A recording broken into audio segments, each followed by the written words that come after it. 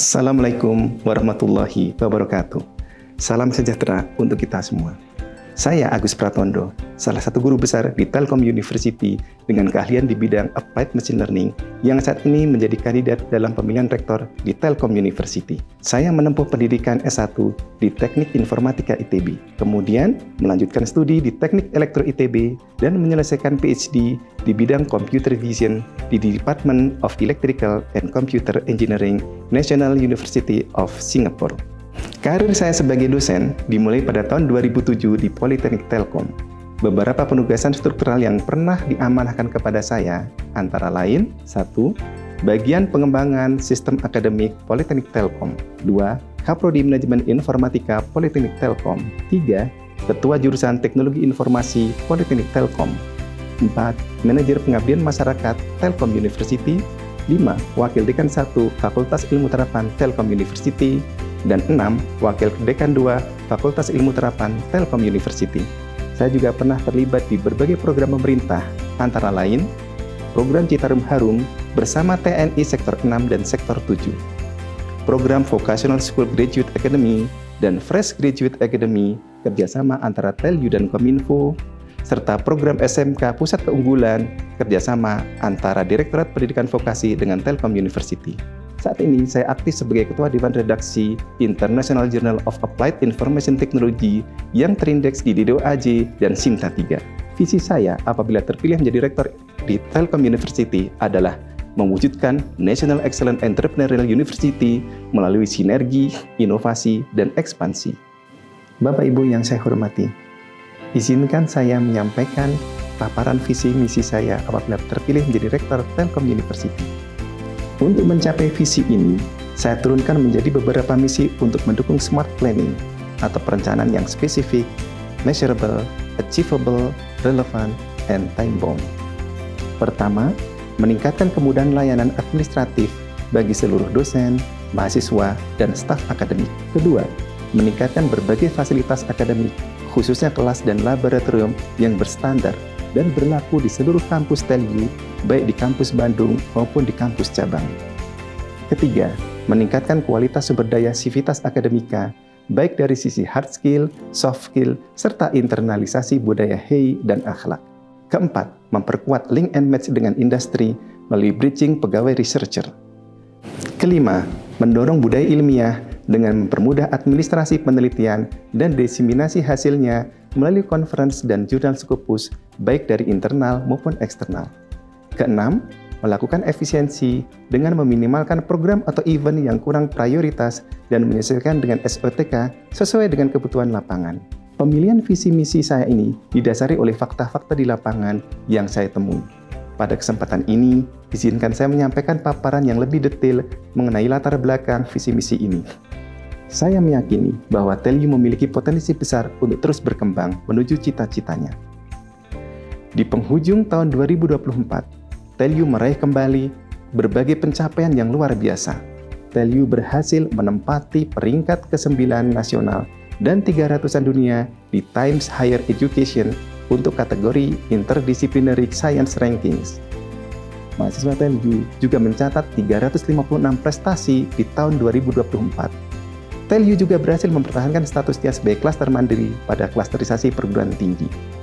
Dengan berbagai pencapaian ini, Telyu mengukuhkan dirinya sebagai universitas berkelas dunia. Namun demikian, selalu terbuka perbaikan untuk menuju Telyu yang lebih baik. Saya meyakini tidak ada sistem yang sempurna, namun selalu ada sistem yang lebih baik. Saat ini masih terdapat kesenjangan atau gap antara idealitas dan realitas di lapangan. Kesenjangan ini perlu diperhatikan agar prestasi yang telah dicapai dapat terus dipertahankan dan bersifat permanen. Berbagai permasalahan di lapangan perlu ditangani secara lebih serius untuk menjadi perhatian kita bersama. Permasalahan-permasalahan tersebut antara lain, yang pertama, masalah terkait fasilitas. Pertumbuhan jumlah mahasiswa yang semakin banyak masih belum diimbangi dengan peningkatan kapasitas dan kualitas fasilitas pendidikan, khususnya ruang kelas dan laboratorium. Okupansi laboratorium komputer di salah satu fakultas telah mencapai lebih dari 120%. tidak ada cara lain selain menyelenggarakan pendidikan praktikum di luar jam kerja. Tentu hal ini berpengaruh terhadap pola hidup seimbang, dan dalam jangka panjang mungkin berpengaruh kepada kesehatan mental para sivitas akademikanya. Selain itu, terdapat perbedaan fasilitas antara kampus utama di Bandung dengan kampus cabang lainnya. Beberapa kampus cabang masih menghadapi kendala dalam hal infrastruktur, seperti bangunan yang masih menyewa dan laboratorium yang masih tertinggal dibandingkan dengan kampus utama. Laboratorium kelas internasional juga perlu ditingkatkan agar menjadi laboratorium yang berstandar dan berbeda dengan kelas reguler. Kelas ini juga harus ramah terhadap mahasiswa difabel. Salah satu faktor yang dianggap menjadi penyebab keterbatasan fasilitas ini adalah terbatasnya capek universitas. Hal ini berdampak pada pengadaan laboratorium modern, pembaruan fasilitas, serta tertundanya perawatan infrastruktur yang ada. Sebagai perguruan tinggi yang ingin berdaya saing global, TELU perlu meninjau ulang porsi capex untuk infrastruktur pembelajaran. Hal ini penting karena pembelajaran merupakan core bisnis TELU. Tantangan yang kedua adalah dalam hal seleksi mahasiswa baru. Pertumbuhan mahasiswa baru di TELU terus meningkat. Sayangnya, keterlibatan prodi dan senat akademik masih belum dioptimalkan dalam proses kelulusan calon mahasiswa baru. Senat akademik dan prodi perlu dilibatkan dalam menentukan standar nilai dan kompetensi calon mahasiswa baru sehingga kualitasnya dapat tetap terjaga dengan baik. Yang ketiga, pentingnya pembinaan karakter di kalangan mahasiswa. Pendidikan karakter merupakan aspek fundamental dalam membentuk mahasiswa. Saat ini, TELU mewadahi pendidikan karakter dalam satu mata kuliah ini. Tentu saja, hal ini masih terus diperkuat dengan berbagai program pembinaan karakter yang berkelanjutan. Aspek kesehatan mental mahasiswa juga harus menjadi perhatian utama dalam pembinaan karakter. Tekanan yang tinggi dalam akademik seringkali berpengaruh terhadap kesejahteraan psikologis mahasiswa. Oleh karena itu, penguatan karakter dibarengi dengan program yang mendukung kesehatan mental harus terus dilakukan. Lingkungan sosial juga berperan penting dalam pembinaan karakter. Kampus harus menciptakan ekosistem yang mendukung dan membentuk karakter positif baik di dalam maupun di luar lingkungan akademik. Kerjasama harus dibangun antara kampus dan RT/RW setempat sehingga mahasiswa dapat dilibatkan pada program pengabdian masyarakat di lingkungan sekitar. Kemudian, hal ini dapat menghadirkan solusi praktis bagi permasalahan di lingkungan sekitar. Yang keempat, masalah ketersediaan dosen. Pertumbuhan jumlah mahasiswa belum diimbangi dengan pertumbuhan penambahan jumlah dosen. Hal ini berdampak pada rasio mahasiswa dan dosen yang kurang ideal dan berpotensi mengurangi kualitas pembelajaran. Beban pengajaran dosen semakin tinggi dan berdampak pada dharma-dharma lainnya. Untuk mengatasi permasalahan ini, diperlukan terobosan baru dalam strategi rekrutmen dosen. Perlu kajian strategis untuk mengetahui faktor apa saja yang menyebabkan daya tarik menjadi dosen TELU dianggap kurang kompetitif dibandingkan dengan sektor industri maupun perguruan tinggi lainnya. Jika masalahnya remunerasi, boleh jadi saatnya TELU meninjau kembali kebijakan standar remunerasi bagi dosen baru. Jika masalahnya proses seleksi yang terlalu sulit, mungkin dapat dievaluasi kembali alat uji seleksinya, dan seterusnya. Dengan identifikasi yang tepat, kita dapat mencari solusi yang tepat pula untuk masalah tersebut. Yang kelima, terkait masalah administrasi dosen. Beban kinerja dosen di TELU semakin meningkat akibat proses administrasi yang belum terintegrasi secara optimal.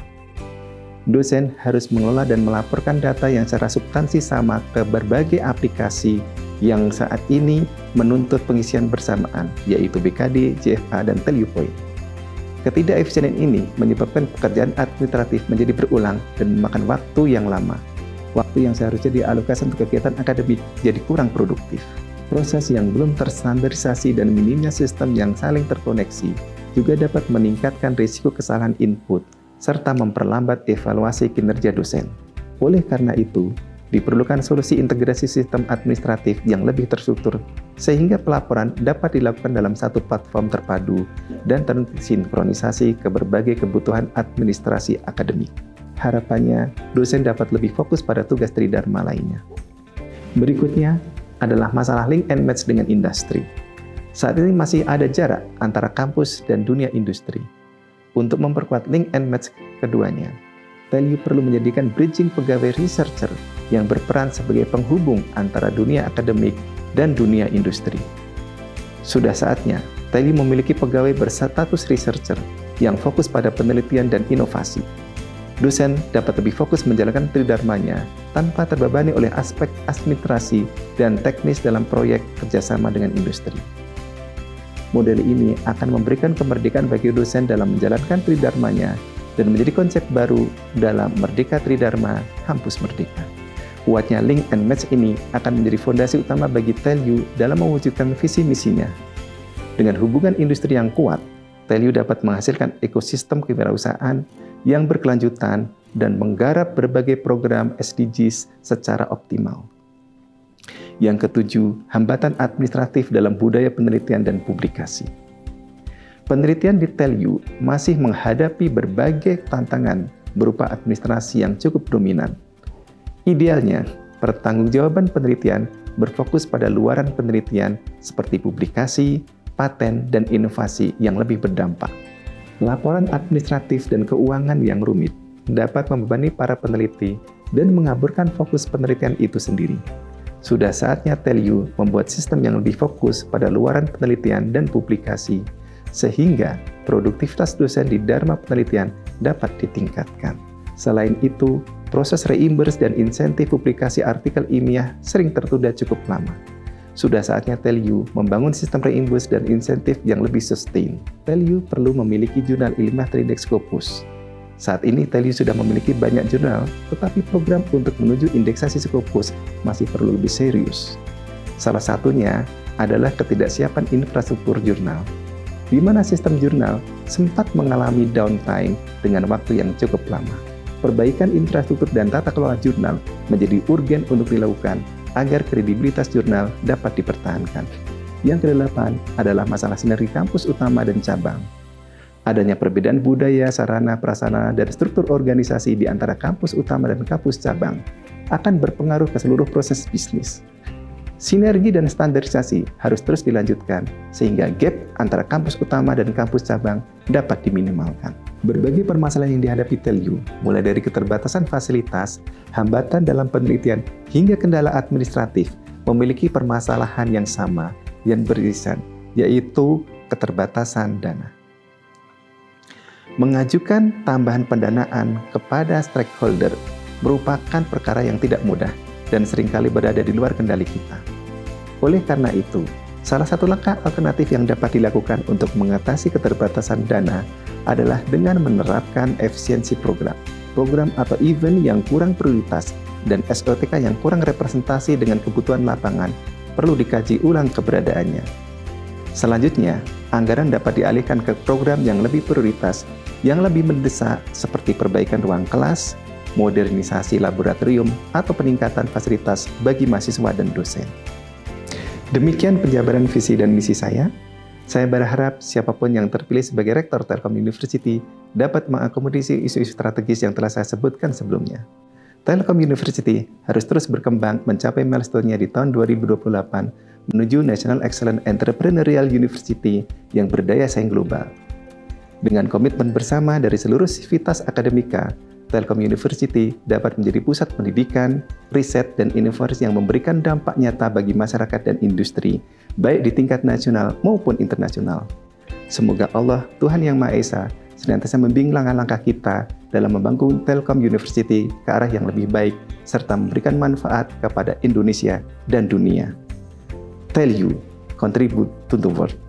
Assalamualaikum warahmatullahi wabarakatuh.